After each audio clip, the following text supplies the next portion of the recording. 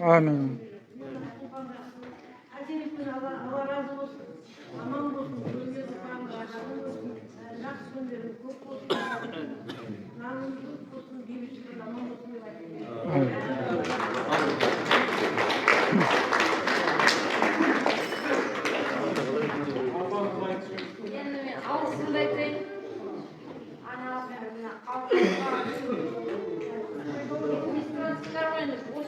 Көрсетіп жатқан құрметтеріңізге көп рахмет айтамыз.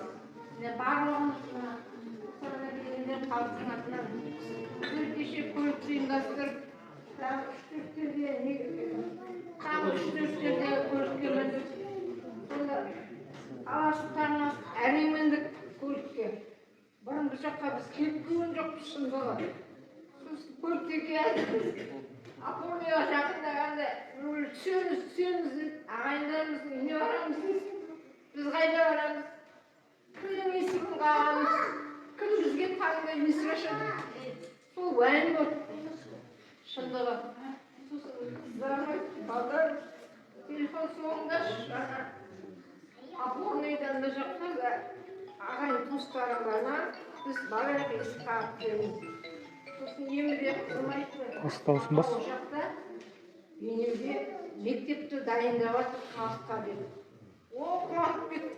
Болды, уайым кетті. Сол аман-есен келдік, бізді жақсы қарсы алды.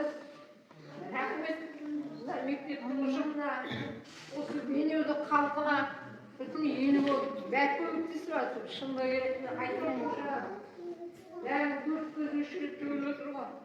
Көп ризамыз, алғыс айтамыз. Ол табиғи апатқа болып жатқан бұндайдан сақтасын.